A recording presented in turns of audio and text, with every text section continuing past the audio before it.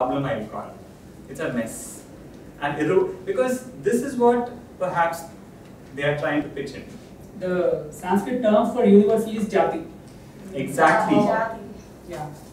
It is not Panchajati, is not jati of this. This is jati.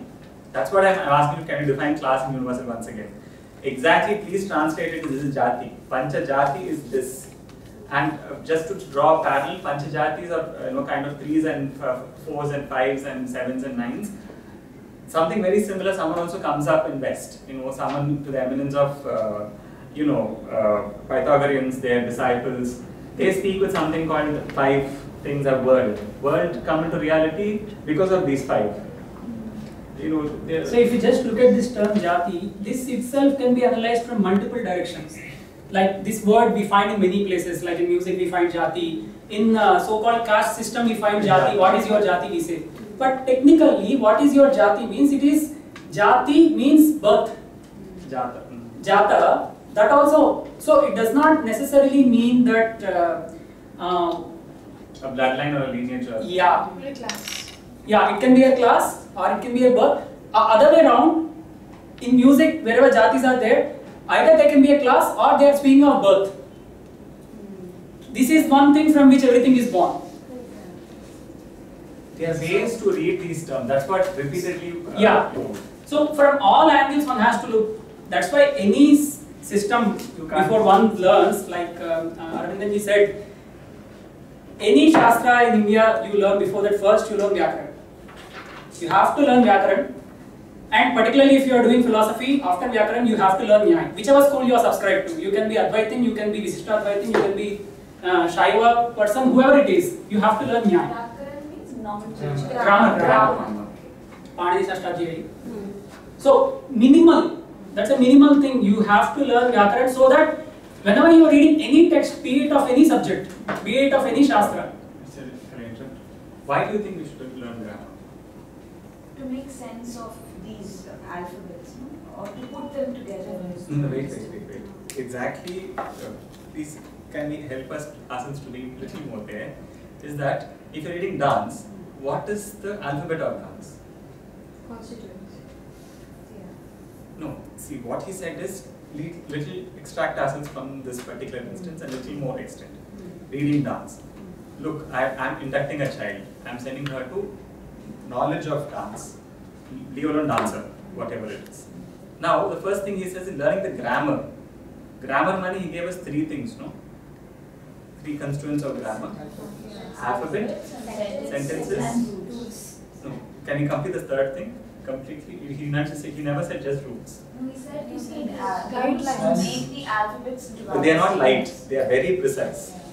Rules to make those sentences. In that sense, if we are doing it on dance, can we, the same parlance, can we say what is the grammar of dance?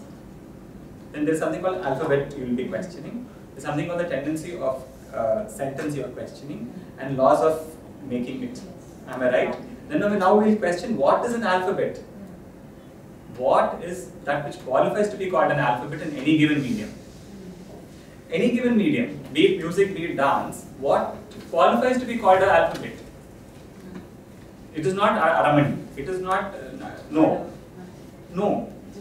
It is something beyond it where the grammar texts are speaking. The grammar texts. The power of thought of that. No, we can't, we are not clear about this. That is right, all these things are thoughts only. But how formally they are documented. No, why I am saying that, before touching Bharata, these questions have to be first understood before touching the Shastra. Where does this reality come into picture? What is, if we are speaking Bharata's language, where is the grammar? Where is the sentence? How do you make sentence? Is it generally language sets up with subject, object, verb, no? We are playing with that. What is the subject, what is object, what is the verb in his domain? And how do you make rules out of creating sentences in that domain? Don't always get confused with grammar of a language being only of a spoken language. It's not only a spoken language or written language. Grammars are, deeper grammars are there which he is not speaking, which he is aware of. The sense like there are lot of the grammars. Why I am saying that? There is a far more deeper sense in what he is quoting grammar to be. and alphabet construction, and the ideas which we See, one simple question can be, suppose we know the sentences in dance, say they are movements, some complex movements, many names you will have for some posture or some gesture, whatever it is. Can the alphabets of these movements themselves be movements, or they are something else? That's a question. Can you repeat? The sentences we know in dance, you all know, you are in your memory and everywhere you know at the tip of fingertips. These movements are complex movements, right? Now they are built out of some atoms. Now the question is, since the sentences are movements, are the atoms themselves are also movements, or they are something else? Can you build movements from non-movements, or can you build movements only from movements? Simply further It's a break down, good even if you think this is an alphabet, you break it down further. No, we don't know whether it's an alphabet even. Can you Yeah. qualify to call it alphabet? With what we know, I see that it's subtle to gross. Yeah. Yeah. Yeah. But that. So what I is, know only that these words much are I okay, can subtle say to gross, that. what is subtle? What is gross? No, subtle, is it physical or mental? Can there be a subtlety at physical level also, or subtlety is only in mind or only in language? What is, these terms we know. We have a very subtle notion of words subtle and gross. Yeah. We don't have a gross notion of subtle and gross. So we should get more clarity on that. That's the idea. Will we go into the domain of that Akshara? No, if it is connected to language and. Yeah, that I will touch in the next session. I mean, I'll touch in a very different way, as a boundary and that kind of thing. But that itself needs a workshop. That's what I'm saying. I just had to ask something. I attended an earlier session of yours where you said that reality it was explained through various if you just number 3 then it's Uma, if it's 7 it's the Saptaswaras, if it's 9 and 8 it's the the Ashtaramaikas. So are those classes what you were talking about? No, I only took it as a very easy example. So deliberation example is okay. But actual ideas are from here. At that particular time I took to express something. But to know that something works like that. There can be potential alphabets from which systems can be built. Right now, one has not worked on that, or we don't know whether someone worked and they are available to us. They are The Saptaswara. entire idea of Nayaka Nayika also, that day, one example. I think this is a very big thing happened, and I think as dancers we ought to know this. One senior dancer who came, who danced in Chaplaiti that one of the days, and the question was asked to her like, she did basically Vasak Sajjika. I think all of us are familiar with Vasak Sajjika Nayika. So she decked herself and she did Shorashtra, they do 16 alakaras, and they did and one of the questions was, why are you objectifying a woman? Why are you making her an object of speculation? Yes, the thing was like, it was kind of compromised with an apology. The artist felt apologetic for an idea, for women being objectified, but yet the help of a tradition was called for, and the tradition has like this. Perfect, fine. But I would rather say, no, it is okay. In one way, this very honest reply from her, she never minced words. She said what she had to say, and that's what comes to her mind that particular day. So that's fine. But the question is, if you ask this question to all the artists, what would be the reply? But the fact is, we forget that Nayika is not a woman. Yeah, that's irrelevant to think of it as objective. It is No, just no. a passing thing. Nayika is, the popular notion is Nayika is a girl. Nayika is some girl who is getting dressed. It is not a girl, it is not a woman, it is not nothing. It is an entity called Nayika, which Bharata says in this Natya Shastra. It's a technical term. It's a technical term. Nayika, are two technical terms. It has nothing to do with you and me. We are only embodying it in our body. There can be a Nayika in painting. There can be a Nayika in color. There can be a Nayika in fabric. There can be a Nayika in raga. The fact is, are we understanding this technical word called Nayaka, Bhav? Bhav is a very different, what exactly he called as Akshar. Akshar needs an entire deliberation, and the other word for Akshar is Bhav. Bhav is not emotion. Bhav is not Shringara Hasya Karuna, no. It is in Bharata school you joined, you got into, as she said, KG to PG into Bharata school. In midway you understand one concept called Bhav. Their Bhav is Naika Naiki Bhav. In that school you joined. And they are trying to explain reality, entire reality through that. If you hit it here, no one would ask you a question, next question. Because it's a technical, why you want to mince words around? It's clearly technical. Naika Bhav, if you join Bharata school, perhaps you'll be able to understand why 1 plus 1 is equal to 2. It's a technical discussion. And Naika has nothing to do with any one woman. Please don't shy off, because most of us feel this day-to-day pinch. Someone is asking this, nowadays it's more in the high. Why should, because no youngster is ready to learn that. I'm sure next generation would object, will be totally against this. One dancer quoted that he felt so difficult to teach a Krishna piece in US. I think that a girl is walking up to say, I don't want to do a piece of womanizer. No, there's nothing wrong about the girl who what he said. She feels the Krishna. Who made the child to perceive Krishna as a womanizer? We only know. Like, he's a rowdy rascal. He's a black god. He runs about, he steals. I don't want to steal anything. Good, fair enough. She's honest. She's honest. But who's to say this? That Krishna has nothing to do with this. Naika is not what you think. Unless and until we are very clearly, I'm saying if the knowledge comes from the other world, that kind of foundational knowledge is clear, this will constantly keep haunting us again and again. Again and again. Language is a very important thing in any domain, whether it is science or maths, even in arts, whatever terms right now we are discussing, bhav, that comes from the Sanskrit verb called bhavati. Now, one needs to see this connection. You can't just remain within Natyashastra and remain within your own upbringing that, okay, bhavs are all emotions and feelings. You can't translate it so loosely. You can't, that's a very superficial translation.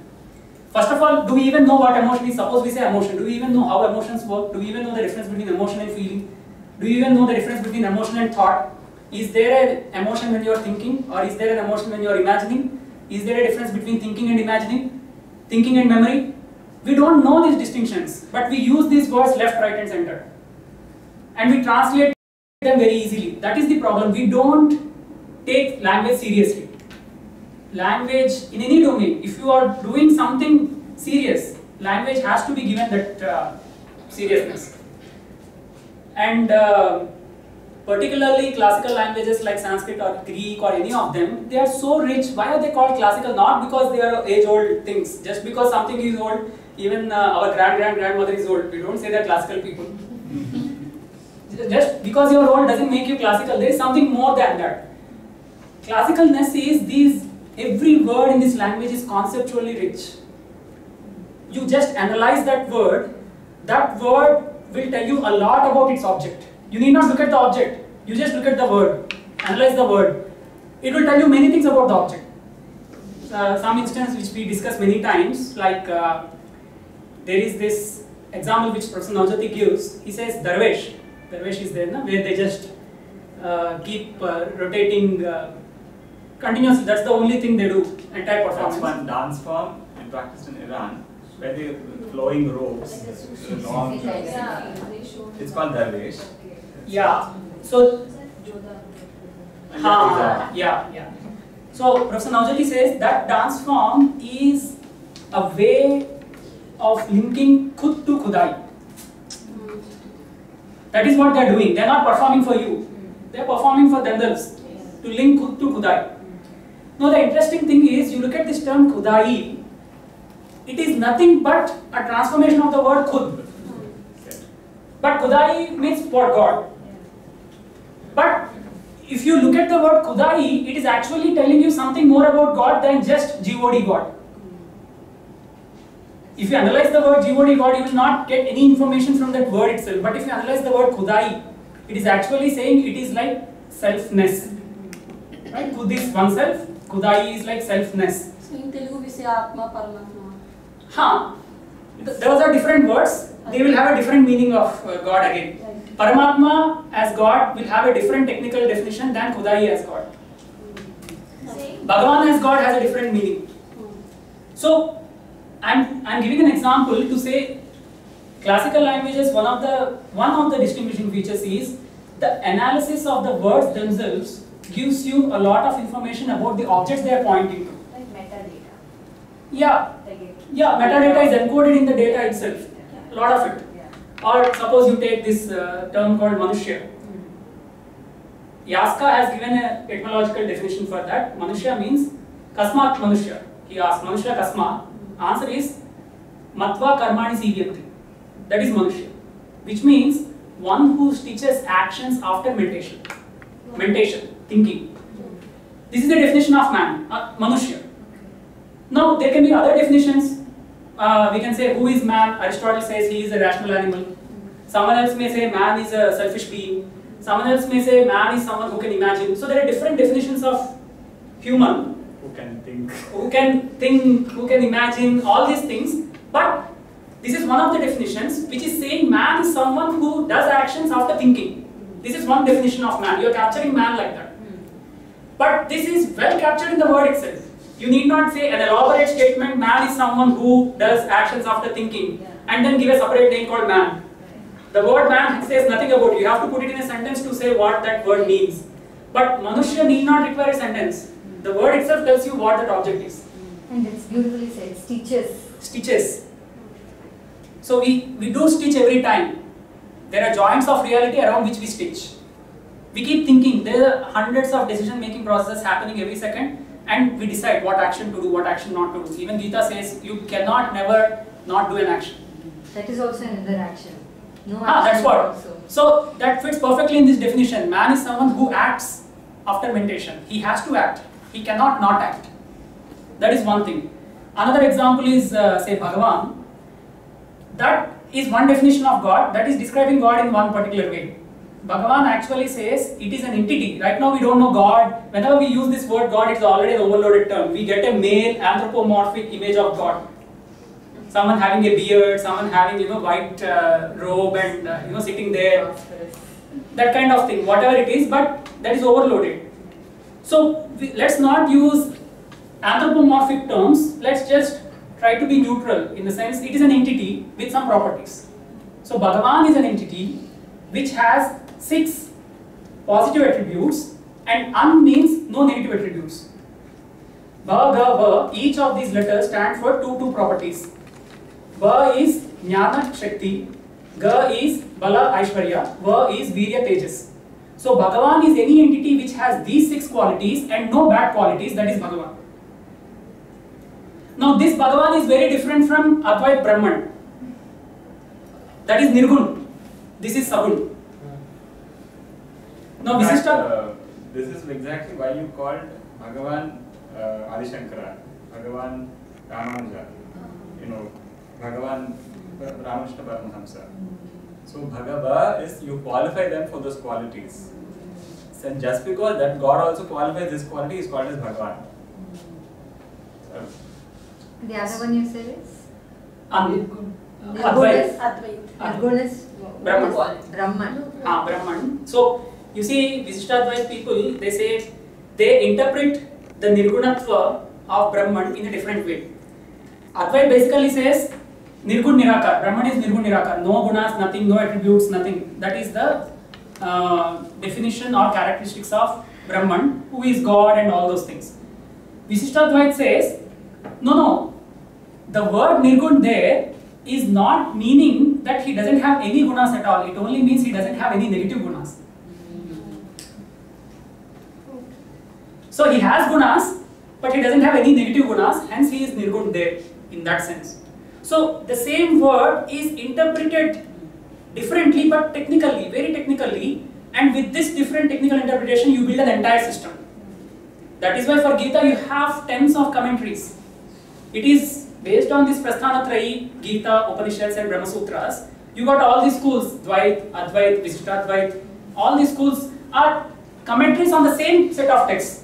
Same Bhagavad Gita, Shankaracharya is interpreting, same Bhagavad Gita, Ramanujacharya is interpreting, same Bhagavad Gita, Madhvacharya is interpreting, but they got entirely different schools from the same text.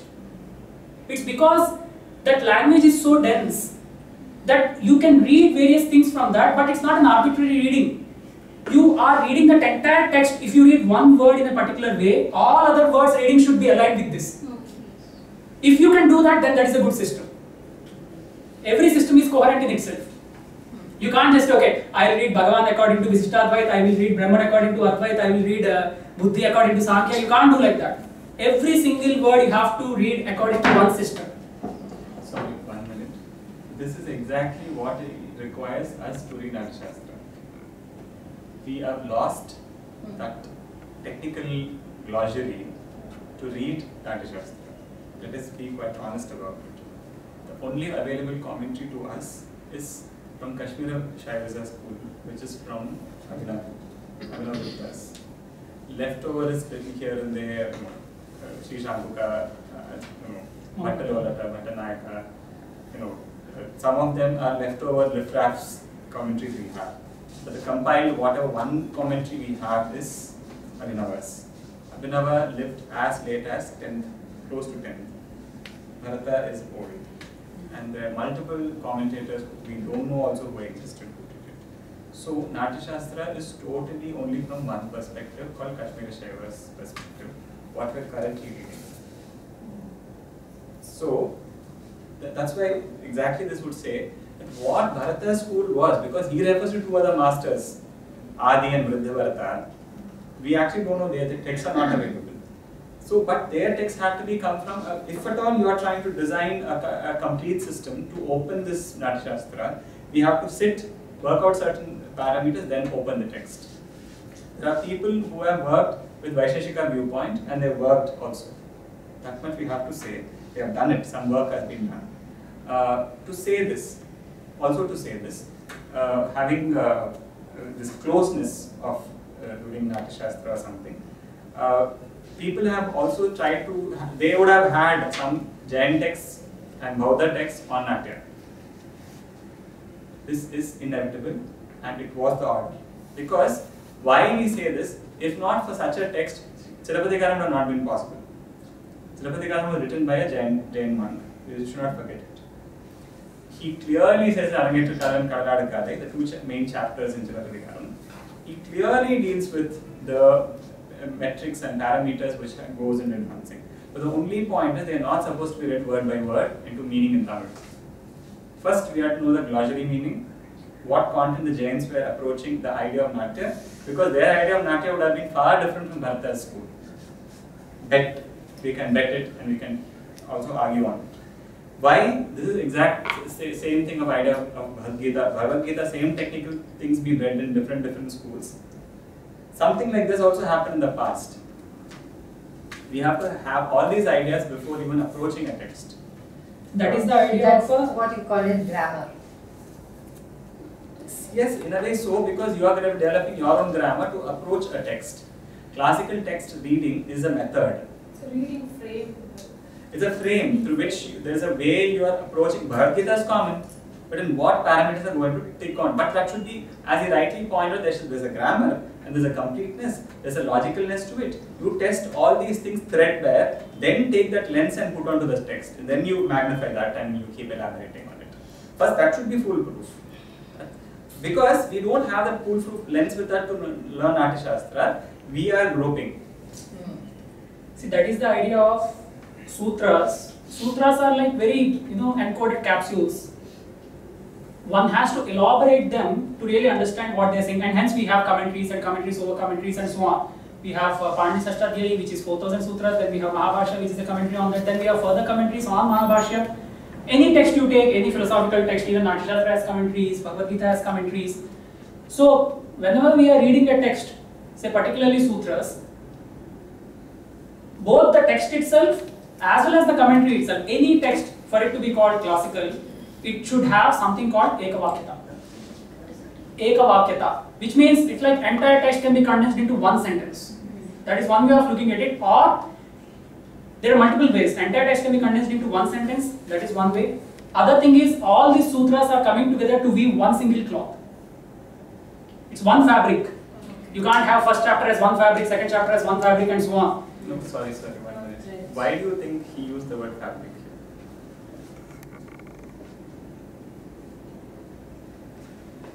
It's a very important think fabric is so synonymous with text. It's not metaphorical, it's not poetical. And sutra we know is also called thread. Thread. Thread is also called sutra. Sutra. Because the technical term used for a thread and also for a construct on aphorism is exactly same called sutra. The technical term used to denote both is exactly the same.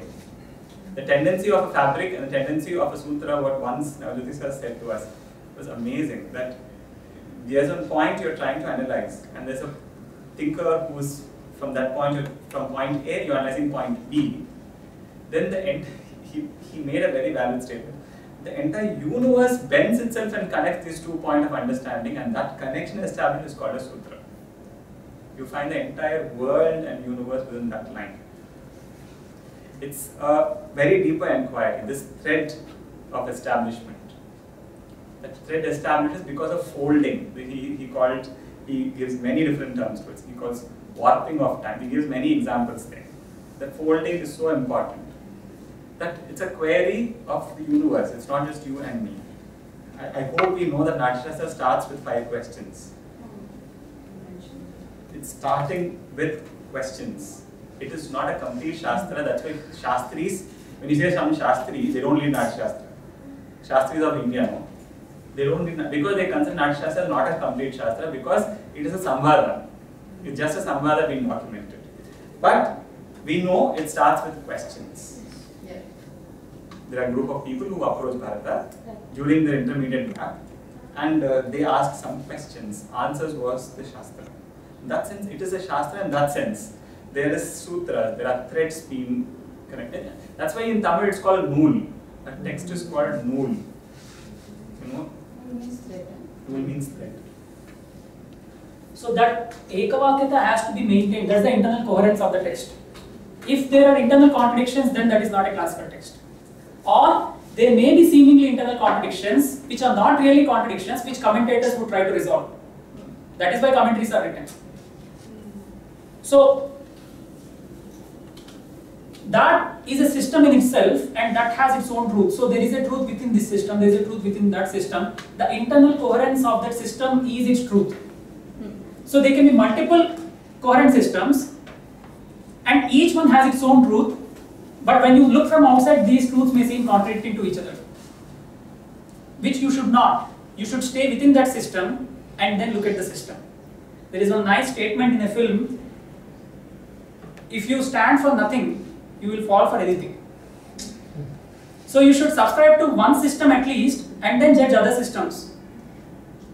If you don't subscribe to any system and you stand outside everything and then say, okay, this is wrong with this is wrong with that, this is wrong with that, what is right with you?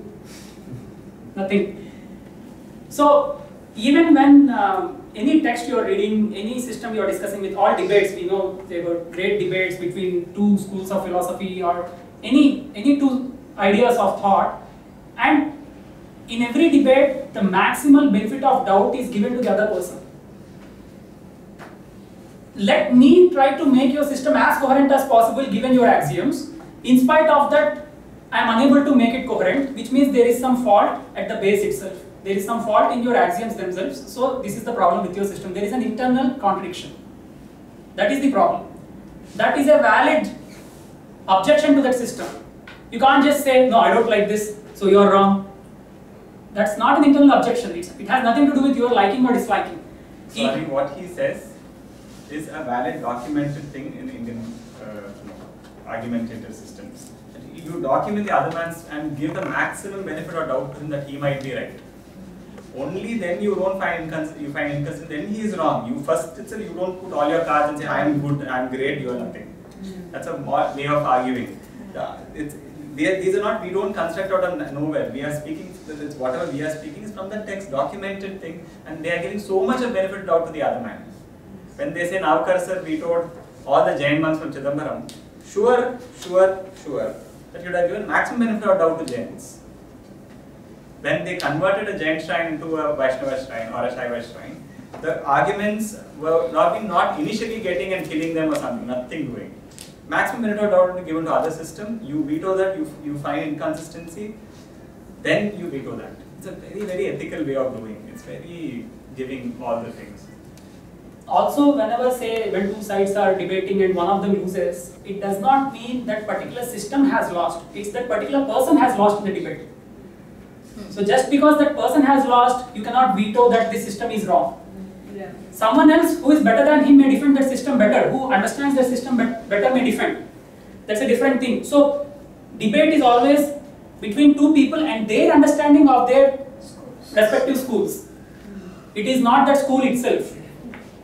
Because we as humans, we have our own limitations in understanding whatever schools we subscribe to. It is only with that knowledge I can debate. I can't just be adamant saying that this is right, but I am unable to prove it. No, you don't know the means to prove it, you don't have sufficient knowledge to prove it. So accept that. That's a different thing. So, but the right way of doing debate is to give maximum benefit of doubt to the other person as well as that system. And then you put forth. It's like, again, Professor Nojal says very nice thing. He says when you are doing a war, it's a very cheap thing to hit at the weak point of the enemy. You should hit at the strongest point. How do you hit at the strongest point? To read that statement or argument with the maximum benefit of doubt to that person. Let's assume you are right. Let's give this, let's give you that. All benefit of doubt I am giving you, but still there is a problem with your thing. If I don't even give the benefit of doubt, I immediately say, no, this doesn't stand, this is weak. That's like hitting at weak point. You are only showing your weakness. You can't argue further if he brings in any other tools from his thing. So, the ekavakyata of the text, the internal coherence of a system, is what is more important than its so-called correspondence with reality. Because first we don't know what reality is, how do we judge whether something is corresponding with that or not? One way to understand what reality is to reflect upon the system which is describing the reality and judge the internal coherence of that system. The more coherent it is, the more real it is. Many Shastras rather object to the point where Natyashastra not people have some problem in accepting it as a Shastra is that because Natyashastra is arguing about reality of another world construct on this real world. There's no world like that, no? There's a meta world. And the world of reality, within that world, what is the nature of reality? What is water? What is, within that world, what is fire? Within that world, what is human being? He is not this human being. Within that world, who is a Brahman? Because anyway there is Jati. Within that world, what is the Jati? This world has one Jati. That's why Natyashastra becomes a complex text for Shastris, and not just complex, they say I can veto it. Because of the reason, it is not, he is saying that even when you are reading it directly from reality, we don't know reality. Let us have one coherent system, from there to introspect reality. Rather, you are doing a second order moving to Natyashastra. Natyashastra makes a second order, Bharata creates another world within a world. It gets twice removed, not even once removed. Henceforth, Natyashastra is so important and extremely important to make someone eternal. If you want to make someone live long, make a character out of it. Don't create the charita, and don't create the history, create the charita. It's a very important tool that if you make a history of a man, he is going to die. If you get a charita of a man, he is going to be eternal. The exact problem, sorry, I am taking a very mundane example. The film what Uttama Villain, Kamala Hassan did. The exact problem, he says, no, I want to live longer, I want to live longer. Man, that's Mrityunjaya. Exact problem is, he says, no, I want to create a film on myself so that I would live longer. There's one comedy dialogue in between saying that I would live longer only when being a poet or who's mad or I'm an actor. In the middle of a film, this dialogue comes. It's very interesting that Natyashastra is speaking, he is speaking about what he just said is you have a coherent system and you assume I don't know reality, with that I am going to understand reality. Rather, imagine about removing reality furthermore one more step ahead and creating a world on it. Like Natyashastra, the world of stage is a world within itself. It has everything concise, time is different, coordinates are very different. Personality used to say that Natya is nothing but architecture of time. It's different times coming together. It's stitching of different times. It's a fantastic formal example in to understand what Natya is about stitching of time. Cinema is about stitching of different times. It's not So one. when you say time, do you mean the other person's world? No, once again we'll come back to this. What is time? Because time, at least there are formal discussions, at least 14 different levels of times. You know, at least we know some discussions on it, but there are far more discussions in it. Because time discussion is never taught in Natya. Unless we only do Tala thing. Time discussion is the discussion because so quickly we get into past, so quickly we jump into present, so quickly to future. Where are you toggling? What is current time? Are you making a fool of us? Are you very clear? Are you really sincere? The answers are very sincere. The fact is the work is also very sincere. The only point is they are unable to articulate the technical complexities of time. But time is not going back and forward. Time is there only. Time has a very different dimension. How are you stitching different? Time is not what we think. The exact thing what he said, no? If you ask what the time is, I may say the watch. But the time, we have to ask far more bigger questions. So, this term for the functional as well as foundational organizational principle of reality, the Greek term for it is arche, from which we get other terms, architecture, archaeology, overarching, archetypes, all these terms, they come from this word arche. So, there are various schools, hundreds of schools which have imagined different kinds of arche for reality, both in the East, in the West, in Middle East, whatever you want to call. Every region has thought of this question, what are the fundamental units of reality out of which this complex reality has come about. And they have given different answers. We'll look at some of them. I don't think I'll be able to finish all of them now. We'll continue after the break also. So right now some 10 minutes are there. I'll just cover a couple of them and we'll take a break. So, like I said, arche, like atoms, you see how many alphabets are there. Some said 0, some said 1, 2, 3, 5, 7, 9, 16. There are Sankhya is like 24 in one sense. That is also, they can be considered as arche. There may be many schools which have spoken of 50 atoms. Even say language itself is like, if you take Sanskrit or Telugu, there are 56 alphabets. One can say that is like arche for the entire language itself. If you take Nada Brahman, then that sound itself is like an arche for the entire reality. So there are various imaginations of what arche can be, and different number of arches are imagined by different people as well as different schools of philosophy. So I am giving just some examples. It ranges from 0 to infinity. In between some numbers I am covering, but the entire spectrum has been covered already. We only need to reflect upon them, and even this reflection, many lifetimes are not sufficient. Even if we take one school, to understand it fully, not just one lifetime, many lifetimes are not sufficient. We are only trying to get the landscape of thought, to see how much time man has spent on thinking about this and what are varieties of answers they have come up with. Right now that's what we are looking at. And then we will see some examples linking it with art in the next session. So, one of the, probably the only example which we know as of now of arche being 0, I mean no arche, but reality is there. It's like, this is also called Shunyatavad.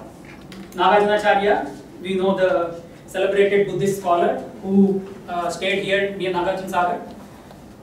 He came up with a school called Madhyamika, which is also called Shunyatavad.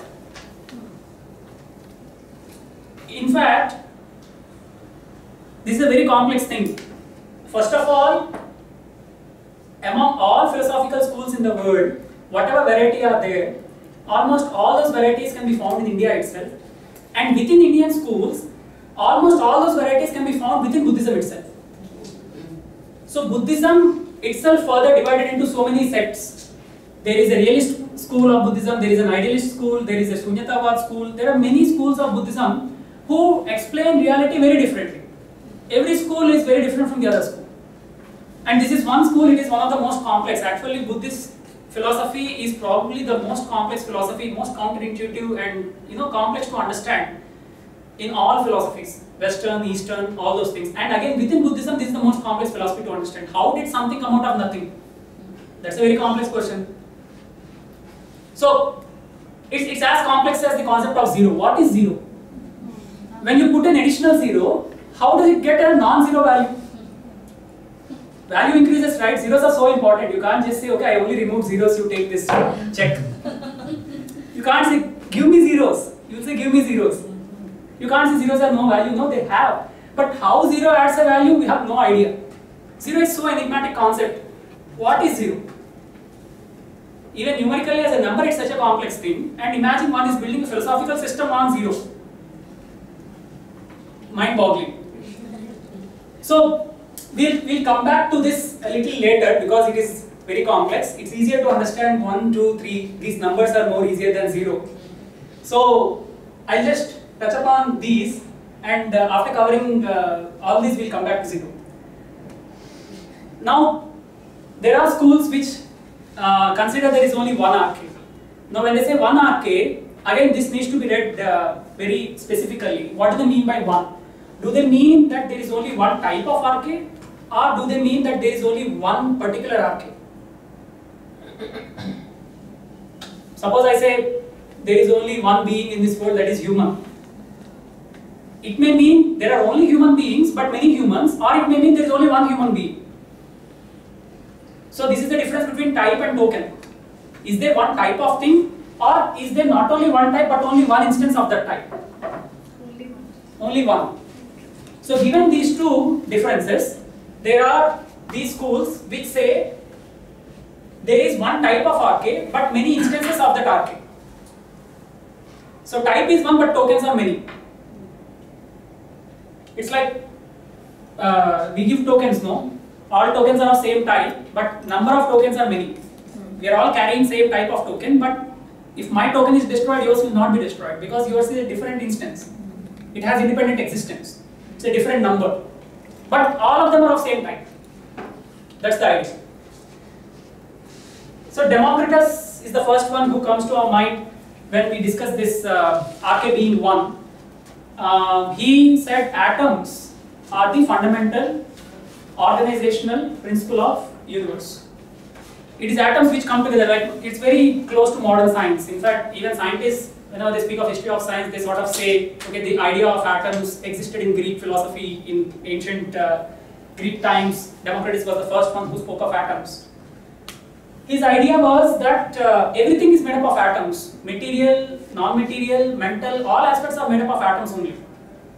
When we die, our body and our soul disintegrates into atoms, and again when we are born, they are built out of atoms.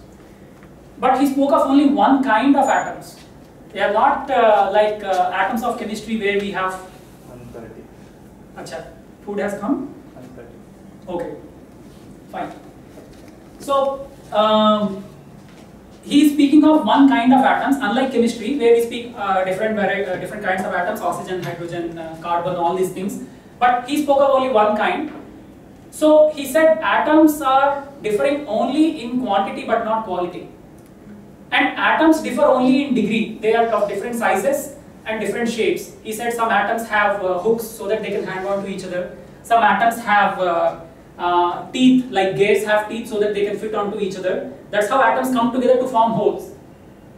I mean, that's a simple childlike imagination, right? It's like Lego blocks. You have different blocks and you can construct a nice house with that. Blocks are of different shapes and sizes, but they are all of plastic. That's it. It's as simple as that. So he considered entire world to be built out of something called atoms, and atoms are only of one type, so they are qualitatively one but quantitatively many. That is what his theory was. Then there was Thales. Actually, Thales was before Democritus. In fact, Thales is considered to be the father of philosophy. Now, the next question would be, father of which philosophy? Western philosophy, Indian philosophy, what do we mean? And how can someone be father of philosophy? You see, whenever someone says someone is father of something, or someone is the first person to do that, we need to understand that that person is the first, it can be first philosopher, first king, whatever it is, that person is the first so and so in the documented history. There is something called history and there is something called prehistory. Prehistory is where no documentation is available. History is something where documentation started. From that point of time, documentation is available. Now, that timeline may be different for different regions. The prehistoric period for India may be different from Greece, or it may be different from Iran, it may be different from America. So, given the whatever documentation is available to the Westerners, within their documentation, he was the first philosopher. In one sense, since it is a Western history, one can say among Western philosophers, he is the first one. Now, why is he considered a first philosopher? Is it that he was the only person who thought of reality? Till then, no one thought? Not like that. He was the first person who sort of made a shift from supernatural explanation to natural explanation of reality. Till then, people, there was a kind of mythical thinking that there are some anthropomorphic gods sitting up there, and when it thunders, Zeus was angry, or when it rains, gods are crying. You know, these kind of imaginations they have. So they pray to gods, they believe gods are ordering the world. So there is a belief of some supernatural force which is ordering this world and which is the functional principle of this world. Thales made a shift. He tried to find the arche in perceptible realm, not in imperceptible realm. And that, he said, is water. But this water, we should not think of as just water we drink or something like that. This is a more extended notion of water, more general notion of water. It's more than the water we drink, not just the physical water. He has a logic for that. The logic is, there are some axioms. His idea is, motion is a defining characteristic of life. And everything is living because it either moves or it causes motion of something else. And all living things come from some sperm, and all sperms are moist by nature, which means everything comes from water. Moisture is water, na? It is that water he is speaking of. So in that sense, everything springs out of water, and water is the arche. Everything is living because everything causes motion or it moves itself. But all living things come from sperm, and sperms are moist. So everything comes from water. So water is the arche. So this is one imagination. You see, the simple thing is, the same reality is available to all of us. But few of us think or look at it very differently. He is someone who looked at it very differently than his predecessors. In that sense, he is considered to be the first philosopher. So here water is like one type. It is from one type of thing, that which is moist. All things are coming, but there are many instances of that type in the world, and all multiple things come from that type of thing called water. Then we have, in Indian tradition, all of you might have heard this name, Charvak. And Charvak school is considered to be a Gnostic school. In Indian tradition, whenever we say Astik and Gnostic, it has nothing to do with the English words theist and atheist. They are very bad translations, they are wrong translations. Theism and atheism are definitively linked to an idea called God. But Astik and Gnostic are not linked to the idea called God, they are linked to the idea of existence. Asti, na asti. Exists and does not exist. That is what differentiates here Astik and Gnostic. It is not God. So then what is Astik, Gnostic here? There are two readings. One is, Astik schools are those which consider the authority of Veda, which accept the authority of Veda, those which subscribe to Vedic authority, Veda as a Praman, those are Astik schools. All others are Gnostic. According to this definition, there are three Gnostic schools, Charvak, Buddhism and Jainism. All others, most of them we know, are all Astik schools. They accept the authority of Veda Praman. Whatever it is, Sankhya, Yoga, Dvait, Vishishtadvait, all these things, they accept Vedas. Another definition of Astik Gnostic is there. That is, those which accept the existence of soul and those which don't accept the existence of soul. According to this definition, there are only two Nastic schools, Charvak and Bauddha, because Jains accept a soul. So they will also come under Astic schools then. Can you please repeat this again? There are two definitions of Astic Nastic. One is those which accept the Veda Pramana, those which don't accept. According to this definition, three schools are Nastic: Charvak, Bauddha and Jain.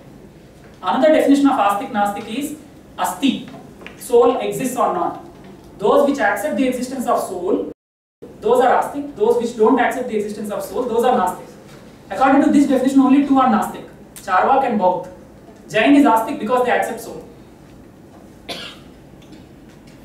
So Charvak people, they considered only matter to be the arcade, because they have a kind of an epistemology in the sense Praman Shastra. I mean, we need not get into these details. It's like means of knowledge. We have different means of knowledge. How do we get knowledge about the world? We get through our sense organs, or we read some books, or we hear from others, or